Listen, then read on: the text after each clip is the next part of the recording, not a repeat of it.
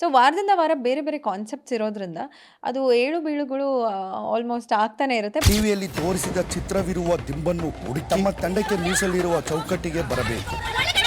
ಎಲ್ಲ ಎಪಿಸೋಡ್ಸ್ ಅಲ್ಲೂ ನನ್ನ ಗೇಮ್ ಯಾವ ತರ ಇತ್ತು, ನಾನು ಯಾವ ರೀತಿ ಎಫರ್ಟ್ಸ್ ಹಾಕಿದೆ ಅನ್ನೋದು ಎಲ್ಲ ಜನತೆ ನೋಡಿದ್ದಾರೆ. ಪರ್ಸನಲ್ ವಸ್ತುನ ಇದು ನಾನು ಐಶ್ವರ್ಯ ಕೊಡಕ್ಕೆ ಇಷ್ಟಪಡ್ತೀನಿ. ನನ್ ನೋಡೋದಕ್ಕೆ ಅಮ್ಮ ಇದ್ದಾರೆ, ಆ ಹುಡುಗಿ ಹೇಗಿರಬಹುದು ಅನ್ನೋದು ಒಂದ್ ಕ್ಷಣಕ್ಕೆ ಯೋಚನೆ ಬಂತು. ಅಲ್ಲಿ ಯಾರಿಗಾರ ಗಿಫ್ಟ್ ಅವ್ರು ಆಕ್ಚುಲಿ ಎಂಟ್ರಿ ಕೊಟ್ಟಾಗ ನಾನು ಅವ್ರು one of the wild card entry ಅಂತಾನೆ ಅನ್ಕೊಂಡಿದ್ದೆ. ಬಿಗ್ ಬಾಸ್ ಮನೆಯ ರಾಜಕೀಯ ದಾಟವನ್ನ ಕ್ವೆಶ್ಚನ್ ಮಾಡೋ ಬರ್ತಿದ್ದಾರೆ ರಾಜಾ ಹಿರೇಗೌಡ. ಹಿಂಗೆ ಕಂಟೆಸ್ಟೆಂಟ್ ಏನ್ ಕತೆ, ನೀವು ಬಂದಿದ್ದೀರಿ ಅಂದ್ರೆ ನಮ್ಗೆ ನೀರು ಕುಡಿಸ್ತಾರೆ. ನೀವು ಕಂಟೆಸ್ಟೆಂಟ್ ಆಗಿ ಹೊರಗಡೆ ಹೋಗ್ತಾ ಇಲ್ಲ, ಮಗಳಾಗಿ ತವ್ರ ಮನೆನ ಬಿಟ್ಟು ನೀವು ಹೋಗ್ತಾ ಇರೋದು ಅಷ್ಟೇ. ತನ್ನ ತವರಿಂದ ಹೊರಟು ಈ ಮನೆಯ ಮಗಳು ಐಶ್ವರ್ಯಗೆ ಮಂಜಣ್ಣನ ಮೇಲೆ ನಂಗೆ ತುಂಬಾ ರೆಸ್ಪೆಕ್ಟ್ ಇದೆ. ಆಸ್ ಈ ಸಾಮ್ರಾಜ್ಯದ ಮಹಾರಾಜ ಮಂಜು. ಧನ್ರಾಜ್ ಅವ್ರು ವಿನ್ ಆಗ್ಬೋದು, ರನ್ನರ್ ಅಪ್ ಮೋಸ್ಟ್ಲಿ ಹನುಮಂತು ಅವ್ರು ಆಗಿರ್ಬೋದು. ನಿಮ್ಗಿಂತ ರಾಜಂದು ಕಾಟನೇ ಹೆಚ್ಚಾಗೈತೆ. ಯಾರು ನನ್ನನ್ನು ಕಣ್ಣಲ್ಲಿ ಕಣ್ಣಿಟ್ಟು ನೋಡಂಗಿಲ್ಲ. ಮತ್ತೇನ್ ನೋಡು ಮಾತಾಡ್ಬೇಕು. ಒಂದು ಹೊಸ journey, it's a beautiful journey. ಇಲ್ಲಿಂದ ಮೇಲೆ ಎಲ್ಲ ಹುಡುಗರ ಮನಸ್ಸನ್ನು ಕದ್ದಿರುವಂತಹ ಚಲುವೆ ಇವರು. ಕರ್ನಾಟಕದ ಕ್ರಶ್ಶು. ಬಿಗ್ ಬಾಸ್ ಮನೆಗೆ ಎಂಟ್ರಿ ಆಗ್ತಿದ್ದಂಗೆ ಐಶ್ವರ್ಯ ಬಂದ್ಲು ಅಂತ ಹೇಳಿ ಎಲ್ಲ ಕಡೆ ಹುಡುಗರು ಸದ್ದು ಮಾಡಿದರು. ಈಗ ಐಶ್ವರ್ಯ ಅವರು ಬಿಗ್ ಬಾಸ್ ಮನೆಯಿಂದ ಹೊರಗಡೆ ಬಂದಿದ್ದಾರೆ. ಅವ್ರನ್ನೇ ಮಾತನಾಡಿಸ್ತಾ ಹೋಗೋಣ, ಎಲ್ಲಿ ಮಿಸ್ ಆಯಿತು, ಇನ್ನೂ ಏನು ಎಫರ್ಟ್ ಹಾಕಬೇಕಿತ್ತು ಐಶ್ವರ್ಯ ಅವರು ಅಂತ. ಹಾಯ್ ಐಶ್ವರ್ಯ. ಫಸ್ಟ್ ಎಲ್ಲ ಹುಡುಗರು ಮನೆಗೆ ಒಳಗಡೆ ಹೋಗ್ತಿದ್ದಂಗೆ ಐಶ್ವರ್ಯ ಬಂದ್ಲು ಅಂತ ಸ್ಟಾರ್ಟ್ ಮಾಡಿಕೊಂಡ್ರು. ಅಷ್ಟು ಹತ್ರ ಆಗಿದ್ರಿ, ಎಲ್ರಿಗೂ ಕ್ರಶ್ ಆಗಿದ್ರಿ. ಎಲ್ಲಿ ಮಿಸ್ ಆಯಿತು ಸೊ ದಟ್ ಬಿಗ್ ಬಾಸ್ ಮನೆಯಿಂದ ಹೊರಗಡೆ ಬರೋಕ್ಕಾಯ್ತು ಅಂತ? ಐ ಥಿಂಕ್ ನನ್ನ ಆಟ ಏನಿದೆಯೋ ನಾನು ಆಡಿದ್ದೀನಿ. ಪ್ರತಿ ವಾರ 100% ಎಫರ್ಟ್ಸ್ ಕೊಟ್ಟು ವಾರದಿಂದ ವಾರ ಟಾಸ್ಕ್ಗಳು ಬೇರೆ ಬೇರೆ ರೀತಿಯಾಗಿತ್ತು. ಒಂದು ವಾರ ನಮ್ದಾಗಿರಲ್ಲ, ಇನ್ನೊಬ್ರು ಯಾರೋ ಆ ಒಂದು ಕಾನ್ಸೆಪ್ಟಲ್ಲಿ ಸ್ಟ್ರಾಂಗ್ ಇರ್ತಾರೆ. ಇನ್ನೊಂದು ವಾರ ಆ ಕಾನ್ಸೆಪ್ಟ್ ನನಗೆ ಬರುತ್ತೆ, ನಾನು ಸ್ಟ್ರಾಂಗ್ ಇರ್ತೀನಿ. ಸೊ ವಾರದಿಂದ ವಾರ ಬೇರೆ ಬೇರೆ ಕಾನ್ಸೆಪ್ಟ್ಸ್ ಇರೋದ್ರಿಂದ ಅದು ಏಳು ಬೀಳುಗಳು ಆಲ್ಮೋಸ್ಟ್ ಆಗ್ತಾನೆ ಇರುತ್ತೆ. ಬಟ್ 100% ಎಫರ್ಟ್ ಅಂತೂ ನನ್ನ ಕಡೆಯಿಂದ ಇತ್ತು. ಅದನ್ನು ಲೈಟಾಗಂತೂ ತೊಗೊಂಡಿಲ್ಲ. Bigg Boss is a very big show and ಆ ವೇದಿಕೆ ತುಂಬ ದೊಡ್ಡದು. ಲಕ್ಷಾಂತರ ಜನ ಕಾಯ್ತಾ ಇರ್ತಾರೆ ಆ ವೇದಿಕೆಗೆ ಹೋಗಬೇಕು, ಅಲ್ಲಿ ಒಬ್ಬರು ಕಂಟೆಸ್ಟೆಂಟ್ ಆಗಿ ಹೋಗಬೇಕು ಅಂತ ಸುಮಾರು ಜನ ಕಾಯ್ತಾ ಇರ್ತಾರೆ. ಅದರಲ್ಲಿ ನಾನೊಬ್ಳು ಅಂದಮೇಲೆ ಅದನ್ನು ಲೈಟಾಗಿ ತೊಗೊಳಕ್ಕೆ ಆಗಲ್ಲ. ನನ್ನ ಎಫರ್ಟ್ಸ್ ಏನಿದೆಯೋ 100% ಕೊಟ್ಟಿದ್ದೀನಿ. ಬಟ್ ಆಗುತ್ತೆ ಕೆಲವೊಂದು ವಾರಗಳು, ಒಂದು 2 ವಾರ ಎಮೋಷ್ನಲಿ ಡ್ರೈನ್ ಔಟ್ ಆಗಿದ್ದೆ.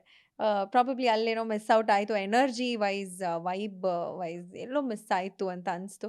But after that again pickup ಆದೆ, ಕನ್ಸಿಸ್ಟೆಂಟಾಗಿ ಆಡ್ತೀನಿ. ಈ ಕೊನೆ ವಾರದವರೆಗೂ, ಹೋದ ವಾರದವರೆಗೂ ತುಂಬ ಕನ್ಸಿಸ್ಟೆಂಟಾಗಿ 100% ಎಫರ್ಟ್ ಕೊಟ್ಟು ಆಡಿರ್ತೀನಿ. ಆ್ಯಕ್ಚುಲಿ ತುಂಬ ಜನಕ್ಕೆ ಏನಿತ್ತು ಅಂದರೆ, ಶಿಶಿರ್ ಅವರು ಹೊರಗಡೆ ಬಂದ ಮೇಲೆ ಐಶ್ವರ್ಯ ತುಂಬ ಚೆನ್ನಾಗಿ ಗೇಮ್ ಆಡ್ತಾ ಇದ್ದಾರೆ, ಕಾಣಿಸ್ಕೊಳ್ತಿದ್ದಾರೆ ಅನ್ನೋದು ಒಂದು ಕಡೆ ಪರ್ಸೆಪ್ಷನು. ಇನ್ನೊಂದು ಕಡೆ ಅವರು ಬಂದ ಮೇಲೆ ತುಂಬ ಲೋ ಆದರು ಅನ್ನೋದು ಇನ್ನೊಂದು ಕಡೆ ಪರ್ಸೆಪ್ಷನು. ನೀವು ಇದಕ್ಕೆ ಕ್ಲಾರಿಟಿ ಕೊಡೋದಾದರೆ, ನೀವು ಗೇಮ್ನ ಇಂಪ್ರೂವ್ ಮಾಡ್ಕೊಂಡಿದ್ರಾ ಅಥವಾ ಇಲ್ವಾ ಅಂತ? ಇಲ್ಲ, 2 ಸ್ಟೇಟ್ಮೆಂಟ್ಸ್ ತುಂಬ ರಾಂಗ್ ಅಂತ ಅನಿಸುತ್ತೆ. ಬಿಕಾಸ್ ಶಿಶಿರ್ ಇರಬೇಕಾದ್ರೂ ನಾವು ಹಲವಾರಷ್ಟು ಟಾಸ್ಕ್ಗಳು ಆಡಿದ್ದೀವಿ. ಒಂದೇ ಟೀಮಾಗೂ ಆಡಿದ್ದೀವಿ ಆ್ಯಂಡ್ ಆಪೋಸಿಟ್ ತಂಡವಾಗೂ ಆಡಿದ್ದೀವಿ. ಶಿಶಿರ್ ಆಪೋಸಿಟ್ಟು ನಾನು ಆಡಿದ್ದೀನಿ. ಆ್ಯಂಡ್ ಎಲ್ಲ ಕಡೆ ಒಂದು ಎಫರ್ಟ್ಸ್ ಅಂತ ಇತ್ತು. ಬಟ್ ಎಲ್ಲೋ ಒಂದು ಕಡೆ ಜಾಸ್ತಿ ಒಂದು ಕಂಫರ್ಟ್ ಝೋನ್ ಅಂತ ಇತ್ತು ಶಿಶಿರ್ ಅವ್ರ ಹತ್ರ. ಸೊ ಅಲ್ಲಿ ಎಲ್ಲೋ ಒಂದು ಕಡೆ ಅದು ಸರಿ ಕಾಣಿಸ್ಲಿಲ್ವೇನೋ, ಅಲ್ಲೇ ಉಳ್ಕೊಂಬಿಟ್ವಾ, ಆ ಕಂಫರ್ಟ್ ಝೋನಿಂದ ಹೊರಗಡೆ ಬರ್ದಿರ ಉಳ್ಕೊಂಡ್ಬಿಟ್ವಾ ಅಂತ ಒಂದಷ್ಟು ಕ್ವೆಶ್ಚನ್ ಮಾರ್ಕ್ಸ್ ಇತ್ತು. ಬಟ್ ನನಗೆ ಅವರು ಜಸ್ಟ್ ಅನ್ ಎಮೋಷ್ನಲ್ ಸಪೋರ್ಟ್ ಆಗಿದ್ರು. ಆ್ಯಂಡ್ ಜಸ್ಟ್ ಅಲ್ಲ, ತುಂಬ ದೊಡ್ಡ ಎಮೋಷ್ನಲ್ ಸಪೋರ್ಟ್ ಆಗಿದ್ರು. And he was a very good friend ನನಗೆ. ಎಲ್ಲೆಲ್ಲಿ ನನಗೋಸ್ಕರ ಸ್ಟ್ಯಾಂಡ್ಗಳನ್ನ ತೊಗೊಂಡಿದ್ದಾರೆ. ಆ್ಯಂಡ್ ವೈಸ್ ವರ್ಸ ನಾನು ಕೂಡ ತೊಗೊಂಡಿದ್ದೀನಿ. ಬಟ್ ಅವ್ರು ಇರಬೇಕಾದ್ರೆ ಅವ್ರು ಸ್ಟಾರ್ಟಿಂಗ್ ವೀಕಿಂದನೂ ಶಿಶಿರ್ ಅವ್ರು ಇದ್ದಾರೆ.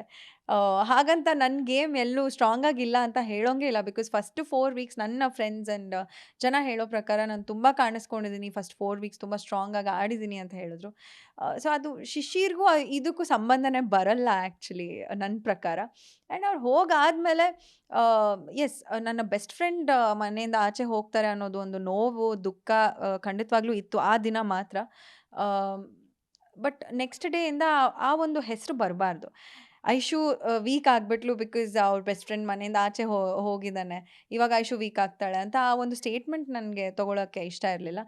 So I buck my self up, ಎಲ್ಲ ಗ್ಯಾದರ್ ಮಾಡ್ತೀನಿ, ಸ್ಟ್ರೆಂತ್ ಎನರ್ಜಿ ಎಲ್ಲ ಗ್ಯಾದರ್ ಮಾಡಿ ತುಂಬ ಚೆನ್ನಾಗಿ ಆಡ್ತಾ ಹೋಗ್ತೀನಿ, ತುಂಬ ಕನ್ಸಿಸ್ಟೆಂಟಾಗಿ ಆಡ್ತಾ ಹೋಗ್ತೀನಿ. ಆ್ಯಂಡ್ ಧರ್ಮ ಅವ್ರು ಇರಬೇಕಾದ್ರೆ ಮನೇಲಿ ಒಂಥರ ಟ್ರಯಾಂಗಲ್ ಲವ್ ಸ್ಟೋರಿ ಅನ್ನೋದು ಎಲ್ಲ ಕಡೆ ಟ್ರಾಲ್ ಆಗಿದೆ. ನಾನು ಹೇಳ್ತಾ ಇರೋದು ಹುಡುಗರ ಮನಸ್ಸಿಗೆ ಈ ಕಡೆ ತಗೋಬೇಕಾ ಅನ್ನೋದು ಒಂದು ಕನ್ಫ್ಯೂಷನ್ ಕ್ರಿಯೇಟ್ ಆಗಿತ್ತು. ಅಂದರೆ ಧರ್ಮ ಐಶುನ ಅಥವಾ ಶಿಶಿರ್ ಐಶುನ ಅಂತ. ಈ ಫ್ರೆಂಡ್ಶಿಪ್ ಬಗ್ಗೆ ಏನು ಹೇಳ್ತೀರಾ? ಇಲ್ಲ, ಈಗ ಕಾಲೇಜಲ್ಲಿ ಒಬ್ಬರು ಫ್ರೆಂಡ್ಶಿಪ್ಪಲ್ಲಿ ಇರ್ತಾರೆ ಅಂದರೆ, ಎಕ್ಸ್ಪೆಷಲಿ ಒಂದು ಹುಡುಗಿ ಫ್ರೆಂಡ್ಶಿಪ್ಪಲ್ಲಿ ಇರ್ತಾರೆ ಅಂದರೆ ಕಾಲು ಎಳೆಯೋದು ಮಾಮೂಲಿ. ಅಲ್ಲಿ ಬೇರೆ ಕಂಟೆಸ್ಟೆಂಟ್ಸ್ಗಳು ನನಗೂ ಧರ್ಮ ಆಗಿರ್ಬೋದು ತುಂಬ ಕಾಲು ಎಳಿತಾ ಇದ್ರು. ಆ್ಯಂಡ್ ನಾವು ಒಂದು ಸ್ವಲ್ಪ ಸಲಿಗೆಯಿಂದ ಒಂದು ಸ್ವಲ್ಪ ಎಂಟರ್ಟೈನಿಂಗ್ ಆಗಿ ಇದ್ವಿ ಹೊರತು ಅಲ್ಲಿ ಪ್ಯೂರ್ ಫ್ರೆಂಡ್ಶಿಪ್ ಇತ್ತೆ ಹೊರತು ಬೇರೆ ಏನೂ ಇರ್ತಾ ಇರಲಿಲ್ಲ. ಆ್ಯಂಡ್ ಧರ್ಮ ಅವರು ಆ್ಯಸ್ ಅ ಪರ್ಸನ್ ನನಗೆ ತುಂಬ ಇಷ್ಟ ಆಗಿದ್ದರು. ಅವರ ವ್ಯಕ್ತಿತ್ವ ತುಂಬ ಇಷ್ಟ ಆಗಿತ್ತು. ಆ್ಯಂಡ್ ನಮ್ಮ ವೈಬ್ಸ್ ಮ್ಯಾಚ್ ಆಗ್ತಾ ಇತ್ತು. It was a very good friendship. And Shishir ಅವ್ರ ಜೊತೆಗೆ ನಾನು ಒಂದು ಸಿನಿಮಾ ಮಾಡಿದ್ದೀನಿ, ಹೊರಗಡೆಯಿಂದನೂ ಅವ್ರು ಪರಿಚಯ ಆಗಿದ್ರು.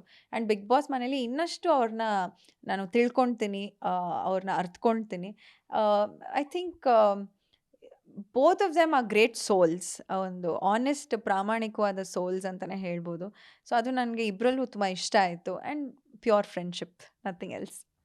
ಅನುಷಾ ಅವ್ರ ಜೆಲಸಿ ನೋಡಬೇಕಿತ್ತು. ಅವಾಗ ನೀವು ಅವ್ರ ಜೊತೆ ಕ್ಲೋಸ್ ಆಗಿದ್ದಾಗ ಎಲ್ಲ ತುಂಬ ಜೆಲಸ್ ಫೀಲ್ ಆಗ್ತಾಯಿದ್ರು, ಡಾನ್ಸ್ ಮಾಡಿದಾಗ ಆಗಿರ್ಬೋದು. ಅದ್ರ ಬಗ್ಗೆ ನಾವು ಕೇಳಿದ್ವಿ ಕೂಡ, ಜೆಲಸಿ ಆಗ್ತಿತ್ತಾ ಅಂತ. ಇಲ್ಲ ಅಂತ ಹೇಳಿದ್ರು. ನಿಮ್ಗೆ ಹೆಂಗೆ ಅನಿಸ್ತಿತ್ತು, whether it was a jealousy or not ಅಂತ? ಅದು ನಿಜವಾಗ್ಲೂ ಇಲ್ಲ, ನನಗೆ ಗೊತ್ತಿಲ್ಲ ಆ್ಯಕ್ಚುಲಿ. ಬಟ್ ಜೋಡಿ ಟಾಸ್ಕ್ ವಾರದಲ್ಲಿ ಧರ್ಮ ಅವರು ನನ್ನ ಜೋಡಿಯಾಗಿ ಬರ್ತಾರೆ.